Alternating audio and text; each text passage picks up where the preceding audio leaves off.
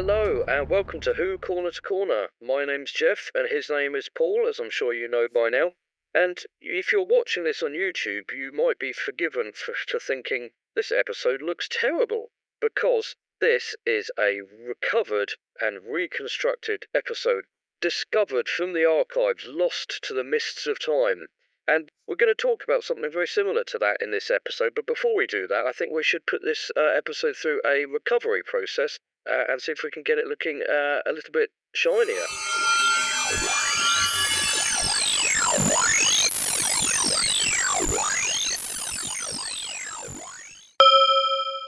There you go. Back to normal. Amazing. I'm astonished. Well, yeah, you should be, yeah. I mean, that's incredible. That's like video magic, that is, Jeff. Yep, that's Good it. grief. Yeah. How long did that take you to figure out this? Uh, Knocked that one up this morning over me breakfast. Oh, yeah. Sorry, I'm taking the piss. It's great, though, mate. I like it. Yeah. Well, we're here today to talk about the animated Doctor Who episodes. Because why not? Or why not? And, well, they're mostly all done off missing episodes, aren't they? Using tellysnaps and, bits of perhaps on-screen recording and things like that. So, as, any, self-respecting Whovian will know, there are, 96 missing episodes at the moment? There's a lot anyway, isn't there? Yeah, There's still quite a few to be found. Yeah, it's just under 100. And every year, so the missing episodes are missing because back in the day, the BBC, well, most places, had no real forward sight, yes, towards TV, cinema, any of it, and certainly not, video. It was run by bean counters. Yes, and to literally save space at the BBC, shelves of stuff was just trashed. Doctor Who, all sorts of things. Throw it in the skip, mate. Yeah, it all literally of that was, stuff, wasn't it? Throw it in the skip. Yeah. That's what we want. There's a big skip outside. Terence Rattigan and his lorries are rolling up right now. Chuck all the videos in that, mate. That's what we do. What, all of them, Governor? Yeah, the whole bloody lot of them. All of them. Well, including Z-Cars, including Z-Cars. What, in there, Doctor Who? Including Doctor Who. And what about that other thing you fancy on a Sunday night that you watch on your own by yourself in your living room? Yeah, leave that. That's fine, yeah. In fact, I'll tell you what, I'll take that home with me. You don't worry about that one. That's my special collection. Thank you very much. Yeah. But everything else, in the skip, mate. Yeah. Throw it in the skip. Right out, Governor. No problem. That's exactly what it was like. I've got the transcripts and everything. That was long. That was long. Long, yeah. So, yeah, they did exactly like that and got rid of it all. Like that. And then over the years, episodes have been kind of, reconstructed, haven't they? There's been, audio recordings that people took off their TV back when they broadcast tellysnaps, bits of film. And then over time, episodes have been discovered, haven't they? They have, in literally the weirdest of places. Weirdest places, on a shelf in a tin, labelled as something else in a shed, a TV station in Ghana or something. It really is like the most bizarre place that you'd ever think to find Doctor Who. But that's what's enabled, these reconstructions to be achieved and some episodes to be, recovered. So I won't go into it all now, but yeah, there's about 100, just under 100, I think, that are still missing. It's a constantly shifting figure anyway, isn't it? Yeah. Because, like you said, they do occasionally discover one or two in an old TV station or somebody's kitchen. The last time I remember anything being found and coming back out was to time in with the 50th, when a couple of Troughton stories came out. A couple of Troughton. Enemy we of the had World. The Web of Fear, didn't we? And what was the other one? Enemy of the World. Yeah. Oh, that was good. Yeah, so I remember that. But every year there's rumours, that something's been found, and rumours that someone who has previously found lost episodes is hoarding a few. It's like common fan mythology, isn't it? Yeah. Like the legend of the lost episodes, the lost archives of Doctor Who. Somebody has them somewhere. Yeah. Somebody's sitting on the Web of Fear Part 3, or somebody's literally just hoarding the 10th Planet episode 4.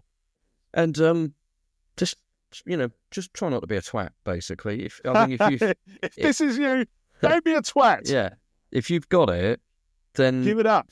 Give it up. I'm sure the BBC would pay something for it, but you're denying thousands or millions of people, you selfish bastard, excitement of seeing it, and for what end game? Because no one knows who you are. Yeah, but it's mine. It's not like you're known, so Fuckers. it's silly. Nobody deserves to look at this. The fans are all stupid. Yeah.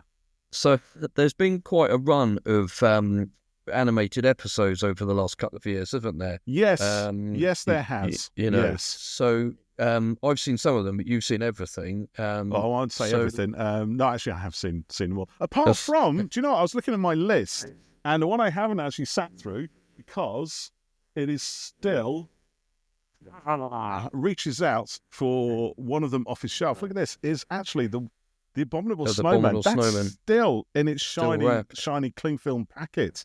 I haven't actually opened it yet. I don't know why. I just haven't got round to it. I'm waiting for that special day, possibly. Well, I said to you a while ago, I stopped ordering them because I was waiting for the collection set. Because obviously, there is that as well. Yeah, they'll be on there for certain. But what if they're not? Well, then you're going to look pretty stupid, right? But it's not the collection, then, is it? They'll have to rename it the Incompletion. The Incompletion. Yeah, it'll have to be something like that. Yeah. So I think you're kind of talking about it's not two separate things, but two separate ways of getting these stories back into the marketplace. The first one, as you said, to actually find or give up the missing episodes themselves, so that we can have them restored. We can have all the lines of resolution put back in. We can have the sound brought up to speed and cleaned out and everything else. And then they can be shown as they were originally intended on our nice, shiny new 4K HD TV sets, which is brilliant. And that is by far, I think any fan would agree, the best way to experience original Doctor Who. Actually, probably the best way to experience it is to watch it on a crappy little 625 line TV or something really fuzzy where you have to sort of bash it in the sides, because then you don't notice all the joins or the string and the little cardboard sellotape bits and everything else. But, that's part of the fun, isn't it? Yeah. And obviously number 2 is to try and recreate these through some form of alternate media. So, like you said, we've had the tellysnaps, haven't we, for many, many years. And I remember... I don't know about you, mate, but I remember looking through the pages of Doctor Who magazine way back when they used to present these, almost like story by story or episode by episode. So you'd get like the Ice Warriors, as per the little tellysnaps. And I tell you what, there's you've got to say this to those fans of the day. Just a massive thank you for doing that, because there are so many stories that we just would have no idea what they look like. Because they weren't missing. They weren't to know that these things were going to go missing. No. These fans, right? And bear in mind, because I was thinking about this, bear in mind that in those days, in the 60s and early 70s, these episodes were only shown once. That was it. You might have got a repeat. Like, for example, Evil of the Daleks was repeated. But those occurrences were rare and very, very few and far between. So you would literally be watching, like, the Reign of Terror with your camera pointed probably on a tripod or something with a little remote control zapper. And instead of actually watching the program, you would be snapping it every now and then. Obviously, you're watching it, but you're concentrating on your photography, right? And you're also concentrating on your little recording. Because I think some of these guys had a microphone or had the audio hardwired out from the back of their TV through some kind of gubbins. Bear in mind, no HDMI leads or anything like that. This is actual soldering iron stuff, right? Into the circuitry. Get the audio feed from the TV straight into your little cassette recorder, which was probably built in 1961 or something. So it wasn't even that great, by today's standards anyway. And yet these guys did that for themselves initially, but actually for future posterity, for us. And for years and years and years, those were the only glimpses we had of all those lost stories that the corporation threw in a skip from way back when. So I'd just like to say, big round of applause to the likes of John Cura and all those other people who did that. Thank you so much. But of course, nowadays we can get, we've had a few of these, as you rightly pointed out, the animated episodes. So where they're restored using animation, cartoons, to the likes of me, Jeff. That's how I know this stuff. Doctor Who cartoons. And I don't know. I mean, So dismissive. no, do you know what? It's like, so the first one of these came out, I believe it was the Invasion, right? Which is one of my all-time favourite stories. There you go. I have props, ladies and gentlemen. I'm lifting up DVD cases if you're looking at it on audio. So there you go. The Invasion, which is Pat Troughton's final Cyberman story. And it's an absolute cracker because that's one where the Cybermen come out of the sewers and march down the steps of St. Paul's Cathedral and all that sort of stuff. But of course, every time I drive past there, you look at it in London, I go, oh yeah, the Cybermen are there now. I think about the roof of St. Paul's opening in one of the Capaldi stories. That's it. Yeah, exactly. And you know, it's 8 episodes, right, in total, that story, and 2 of them missing, so 2 of them being reconstructed. And I'll tell you what, I mean, I watched that. Now, that first animation was done by Cosgrove Hall. Yeah. And it's in very moody, stark 2D, very moodily lit black and white. Yeah. And it's absolutely gorgeous. I love it. Is this one that you've seen? Is this on your list? Yeah, I've seen it a few. Yeah, I've got that one at home. Goodness. Because I'm going to say, if you're gonna watch, if it's only one animation that you watch, it's got to be that one because it's the original one. Still, in my opinion, at least, by far the best. I love it. Yeah, it is really good. And, there's quite a few Troughton's that have been animated, haven't there? And, the Invasion is, obviously still partially complete. But, that's an absolutely cracking story. This is something else, isn't it? Because in, like, the first few animations, there's actually still quite a few of them. They're sort of filling in the gaps, right? So, the story exists here 4 out of 6 episodes, or in this case, 6 out of 8 episodes exist. And, so they're animating just the occasional 1 or 2 or 3 here and there, or just 1 per story. But in recent years, we've seen complete animations. I mean, I think the first one of those, it might not have been the first, but one of the first ones I remember seeing was Power of the Daleks. Yeah. Oh, man. And so, like, I'm just looking on my list, actually, all of that has gone bar a few clips of Daleks coming through the factory and everything else. And I think a lot of these things tend to be the censored clips, the clips that were excised from the programme when it was shown overseas. So, for example, the BBC would sell to Australia, and the Australians would watch and go, oh, mate, that's a bit gruesome. We'll cut that bit out. So they'd cut the tape, but they'd save that bit they'd cut for somewhere else. Then they'd lose the rest of it, but all they'd have left somehow would be that little clip that they cut out. So for years and years, all we ever saw was these little horrific clips of some of these stories, and kind of clips that were, or bits that were cut for sort of timing reasons as well. So it's like, it's Dalek production line just to cut down on a bit of time. But with it restored, and okay, you can listen to it on audio.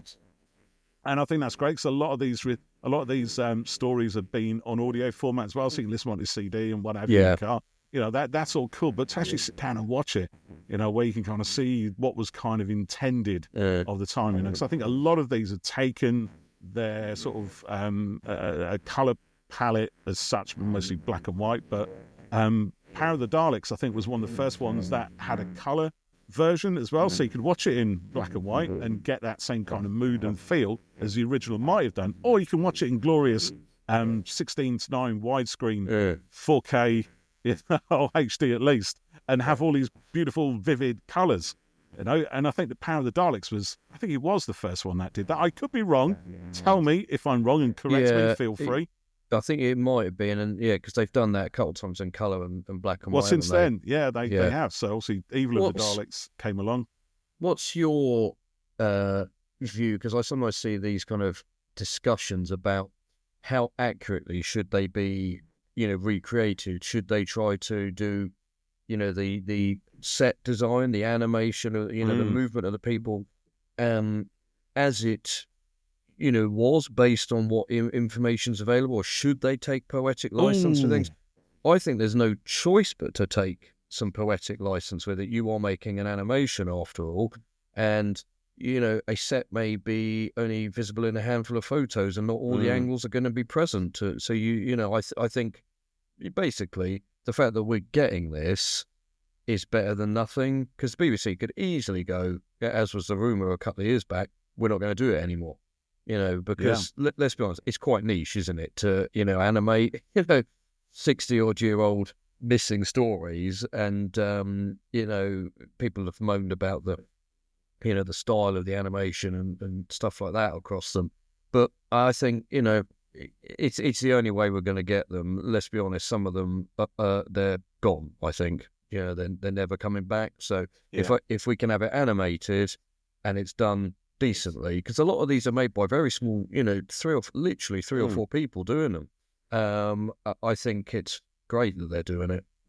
I agree. Yeah, on the subject of creative license, I think you're right. I think in some cases there's no choice. You got the amount of material you've got to work with is quite scant. I mean, I think a few of them, looking at some of the documentaries on how they made them, they've got like the old set photographs, they've got the set designs, they've got the camera floor plan and stuff like that. So they got a reasonably good idea. Yeah. And obviously from a few tellysnaps and various set photographs that were taken at the time. So yeah, stuff like that they've got. But I think also it's an opportunity to kind of upscale some of those old episodes. I mean, for example, there's the two that really spring to mind are Fury from the Deep, another Pat Troughton story, and A Celestial Toymaker. Yes, that came out recently. I think the third one of that. I mean, okay, so Fury from the Deep, when the Macra Terror as well, actually, which I think might have been the first one that kind of went a bit overboard or pushed that creative license beyond what we'd seen to date. So it presented a very sort of convincing, very widescreen alien planet with subterranean depths with the Macra in it and stuff like that. And Fury from the Deep, those shots of the interior and the exterior of the refinery, were pretty fantastic. They look great in the animation. They fill my TV screen, which is what I want to see. And when you look at something like the most recent one today recording, The Savages is due out soon, but I think the last one we had was The Celestial Toymaker. Yeah. Now, this one caused an absolute furor online because it seemed to go overboard with its creative license. So it went with 3D animation. It presented everything as a kind of, as toys and dolls and, I think the internet literally divided into two camps, for and against. And there seemed to be no kind of middle ground of where anybody was really willing to reconcile. So it was quite interesting to see that, but the anger was just ridiculous. And I actually watched this for the first time just a few weeks back. I kind of watched it just one episode at a time, which I think personally is the best way to watch old Doctor Who. You can try and watch 4 episodes, 6 episodes of an old slow-moving TV program back to back, but I prefer to watch it one day or a few days between. Anyway, that's a sideway thing.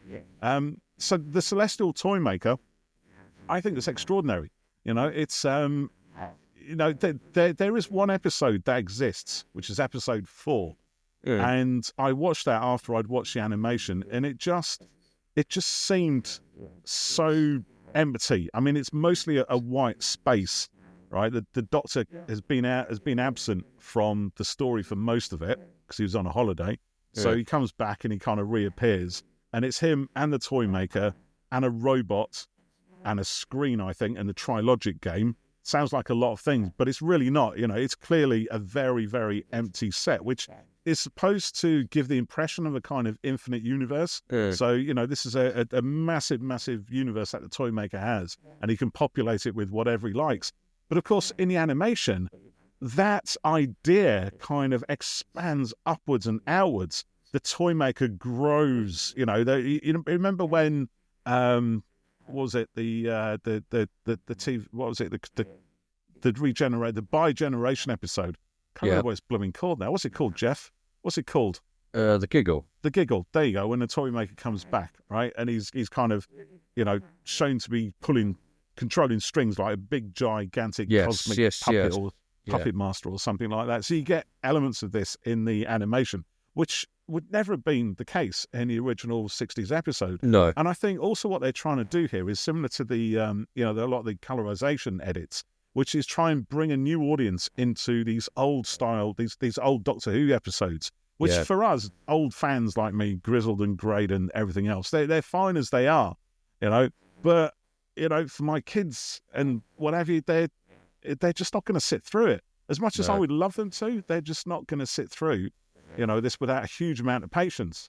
Yeah, I think yeah, like I said, there's got to be a bit of poetic license to it, and when they've got that option to sort of do it in a way that kind of makes use of the medium, the technology now, and that canvas that it can be painted on now, then I kind of think, yeah, why not? Okay, fine. That wouldn't have happened in the actual thing back then. The toy maker wouldn't have grown, blah blah blah. But or if it did, it might have looked a little bit shonky. It would have been a bit, yeah.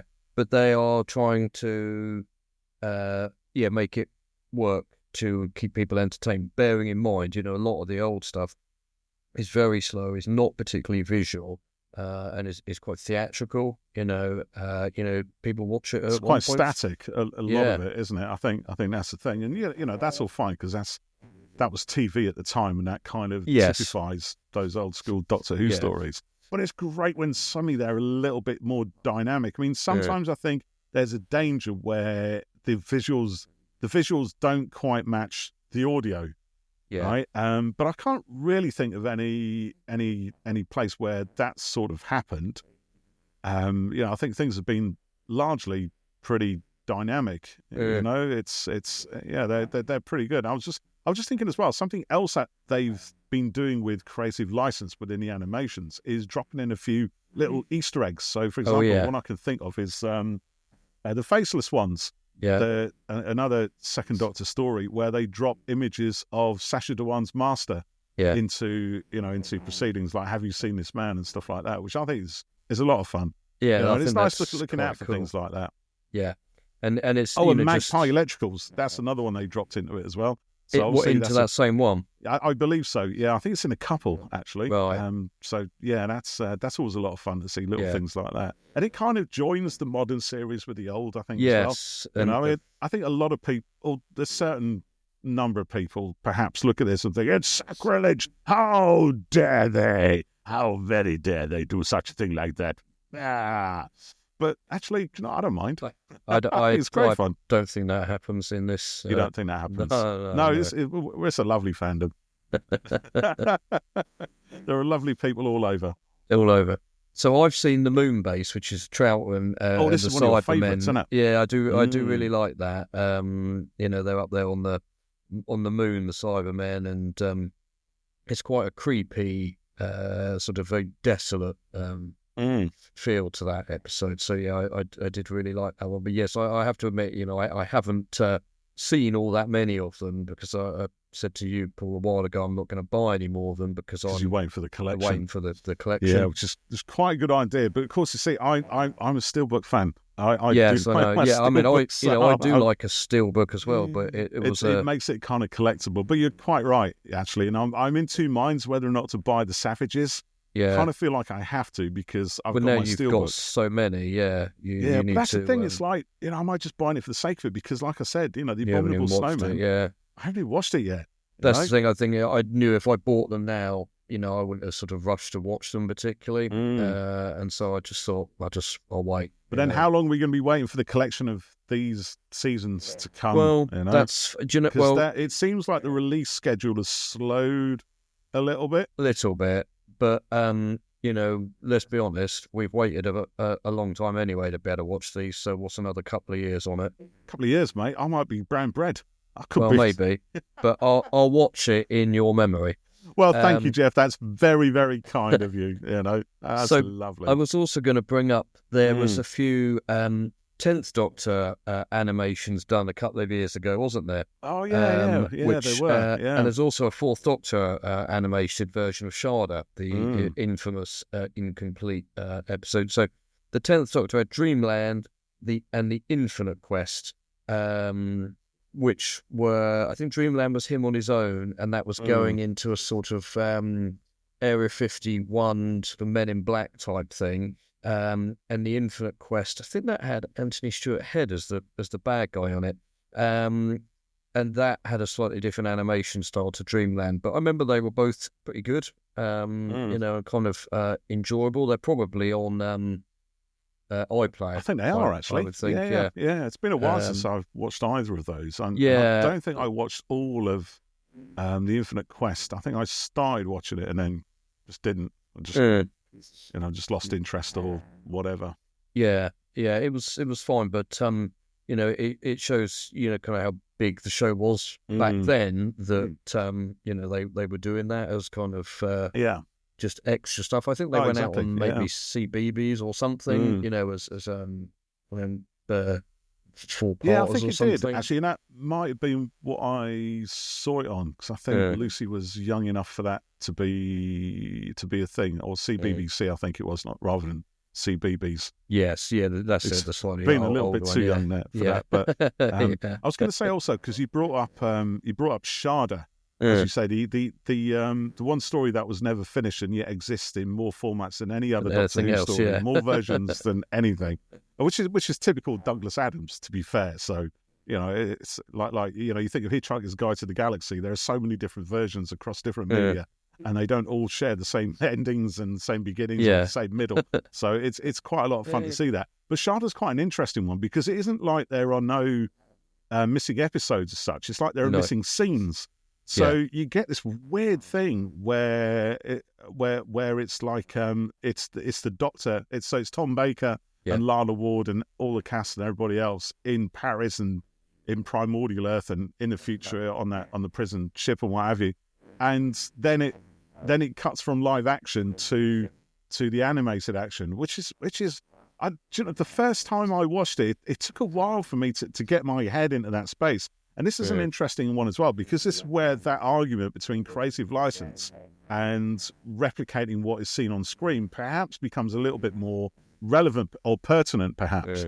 Because if the filled-in animated scenes are meant to flow from the filmed scenes, then they have to look the same, right? So they have to use the same set design, the same angles, and same everything else. And it's quite interesting how they sort of blend these two things together and still manage to drop in a few Easter eggs into the animations. And the music helps as well, because I think on the animated Sharda track, or the recent release, it's a new soundtrack entirely by Mark Ayres. So it's so it doesn't suddenly stop at the end of a film insert and restart in animation, and there's no edit. It just goes all the way through. It's seamless, and I think that helps sell the transitions between film and animation and back again.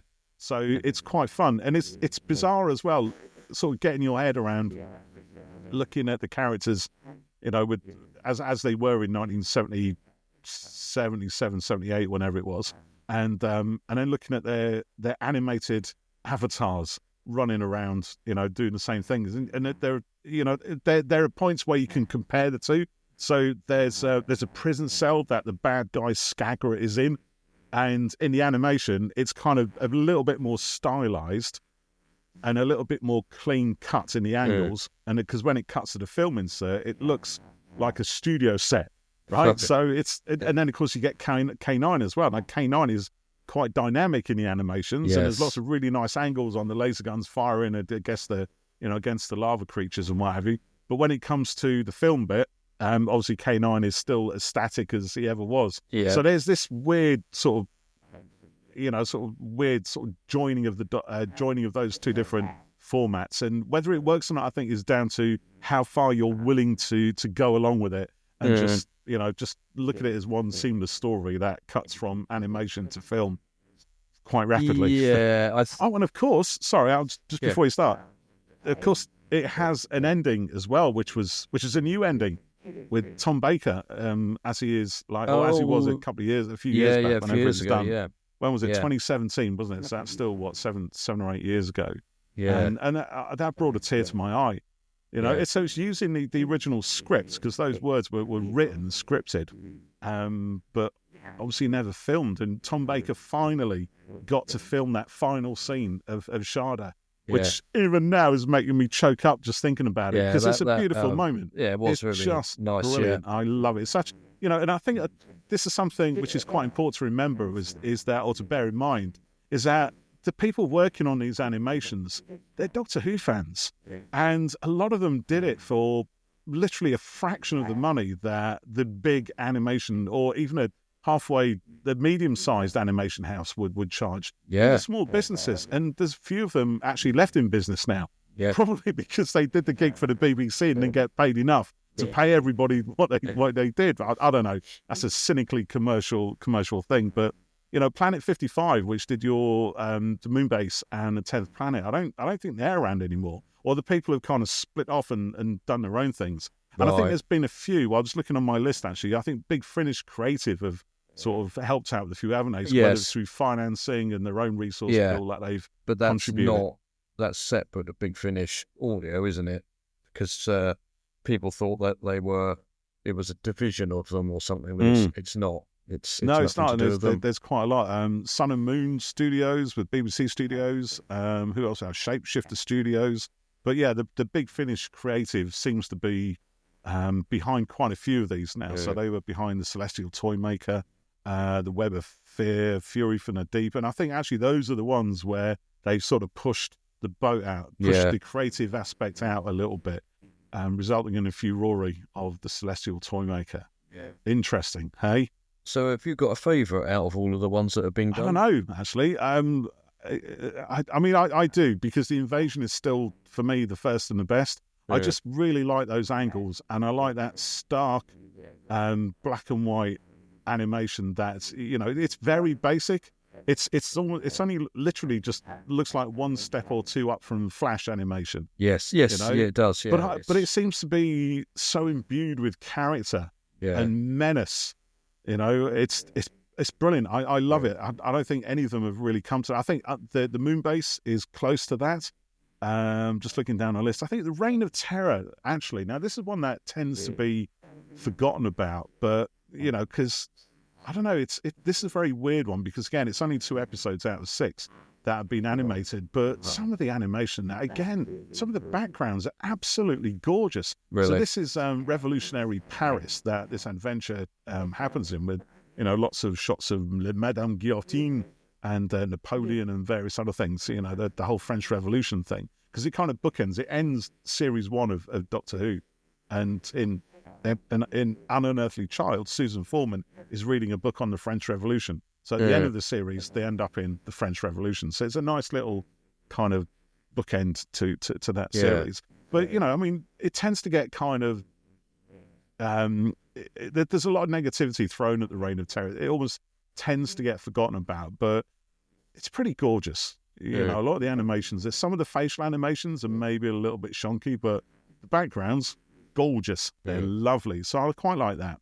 The Power of the Daleks is probably another one of my favourites, actually. I prefer it to Evil of the Daleks. I think Evil has been talked about so much over the years. And again, it's a story that I've probably become quite familiar with over time. But The Power of the Daleks hasn't been, or wasn't a story I was that familiar with until I watched it in animated form, because I think it tends to be overshadowed by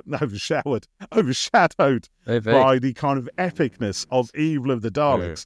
It's like the final battle. It was supposed to be the final confrontation between the Doctor and the Daleks. We have Skaro, Return to Skaro. We've got the Emperor Dalek. We've got a civil war breaking out. There's the whole thing with the Daleks acting like trains. There's the time travel aspects. The way it kind of picks up from the end of the previous adventure, the Faceless ones, with the TARDIS being taken away on the back of a van and stuff like that. So it is a very epic adventure, but I much prefer The Power of the Daleks to Evil of the Daleks. And I think really because it's not so much the animation as much as the actual story itself, because Power of the Daleks it exposes a real horror at the heart of humanity. It's like, here's a bunch of people isolated on a colony, and everything seems to be okay at the start of it, and it kind of is, until the Daleks arrive, or until the Daleks are kind of revived, if you like, from whatever's left of a crashed space capsule. But what the Dalek presence does is it brings out the worst of the human people on the colony, and the death count is off the scale. I don't think there's anybody apart from the Doctor who survived. There might be 1 or 2 people who survive at the end of it, but it's a brutal story. It is unforgiving in the way it treats humanity's predilection or ability to be selfish and controlling and dominating, and the power of certain individuals to make sure that a certain outcome of events is managed to, so so the outcome they want is kind of managed, and it's quite horrific, and I think very relevant. Given what's given what it always seems to be happening somewhere in the world. That's quite a dark thing, but it is a really dark story. And it's not a nice story at all. It doesn't have a happy ending. There's no happy moral to be gained from watching it. I think the way I felt at the end of it was, thank God the Daleks exterminated everybody. Yeah. So just nasty, Whereas the Evil of the Daleks, despite its title, seems to be more about the kind of more positive side of humanity. The fact that our ability to find friendship and forge relationships and find love and all of that sort of stuff is instilled within the Daleks as a kind of human factor and changes the way they behave. So they're no longer the kind of ruthless, sort of killers and exterminate everything that we've seen. We see a whole new side to the Daleks. So it's quite interesting looking at those two together. And of course, in both, probably in the Evil of the Daleks, the animation again is just superb. In Evil of the Daleks, I watched it in colour because I kind of have to. The same with Power of the Daleks. If it's in colour, I'm going to watch it in colour. And there's the inside of this Victorian house in Evil of the Daleks, where the floor tiling is like a mosaic pattern on the floors. It's gorgeous. It's really, really nice. And that's a big thing, just marvelling at the excellence of the animation is enough in itself to make me love these things. Yeah. Like I said, I think, having them is better than not. And absolutely. I'd much rather watch that than a list of tellysnaps, the old photos. Great that they're there, and for a while, like I said, that was all we had. Yeah. But if I'm going to load up a 6-episode, I remember the Ice Warriors on VHS, and it was great that they sort of had their semi-restoration. They'd assembled the tellysnaps of one of the missing episodes, or both missing episodes, and managed to put the audio over it, so it felt a little bit like continuation of the story. And I think they've done it on the Web of Fear as well. So the Web of Fear has part 3 missing. And you can watch it either as the animation or as the sort of tellysnap reconstruction. And it's a killer as well, because that one is when the Brigadier first appears, or Colonel Lethbridge Stewart as he was then. So we'd never seen that, so we can only watch it in animation. So it's just, it's one of those things. I'm sure somebody's holding on to that just because they can. Yeah, because they can. Maybe they're not. I don't know. That's the old conspiracy theory thing, isn't it? You never know.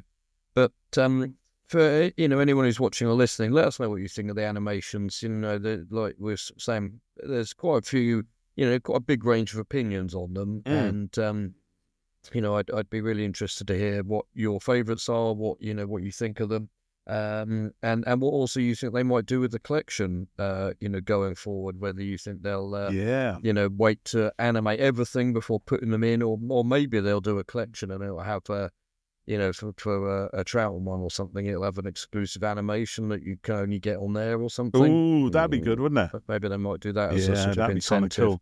We just have to point out as well, actually, there is, and because I have to mention this, there is a brilliant animation on the Wheel in Space, which is by is Skinner, and I believe they had a chat with the BBC about reconstructing this. So this is Zoe Herriot's first story, and again, it's a Cybermen story.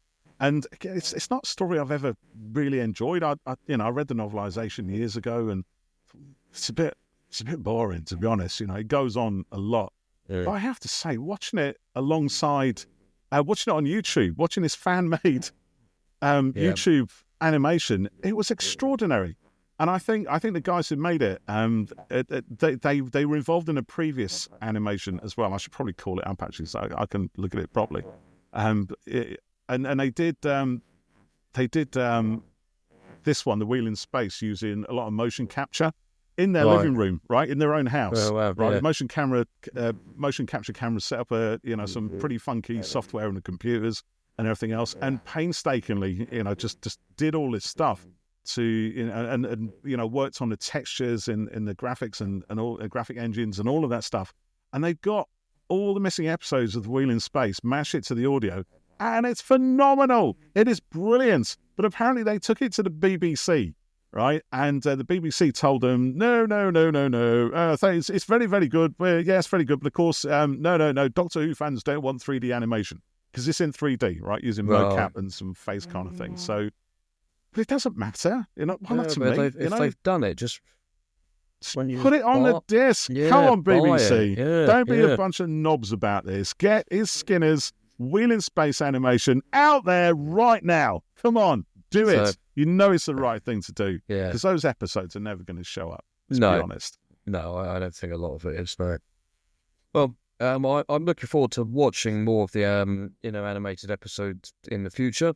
I do feel a bit like I should check them out, but I can't get hold of them all right now, but they'll be there at some point. They'll be there at some point. Yeah. Just quite interesting as well is, just got to say this one, because this one surprised me, is the Underwater Menace. Right? Now, the Underwater Menace, again, it has a couple of missing episodes, and it was almost like, So anyway, it was the last story to be released on DVD, and it almost wasn't released on DVD. So, there's a bit of a campaign going, right, to get this final story released. Because I think Annika Wills, who plays Polly, the Doctor's companion one of the Doctor's companions in that story, she was behind it. She was saying really? She'd already recorded a commentary for it, and so everything was kind of there. So some special features had been kind of made for it, and it was taking forever. It looked really genuinely like it was never going to come out on DVD. So eventually it did come out on DVD, and of course I snapped it up and I watched it.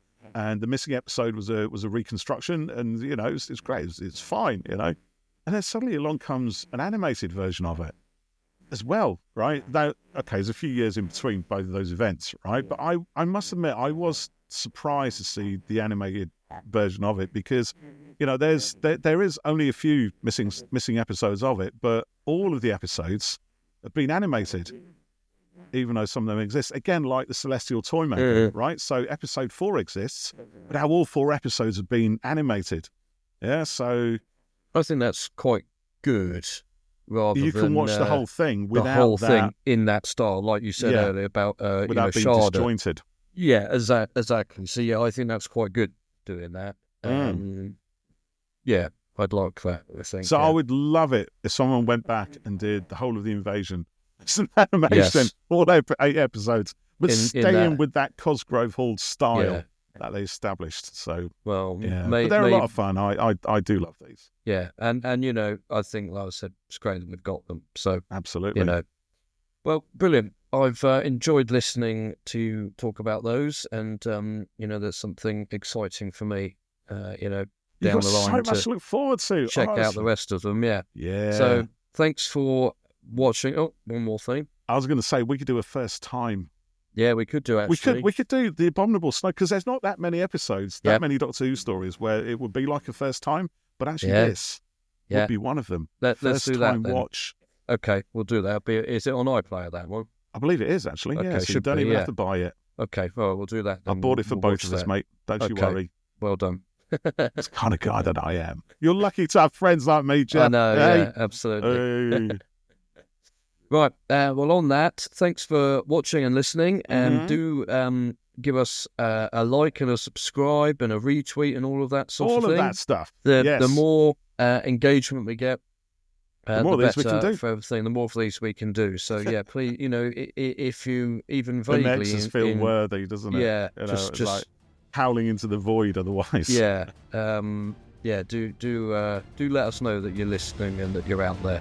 So we'll catch you next time on Who Corner to Corner podcast.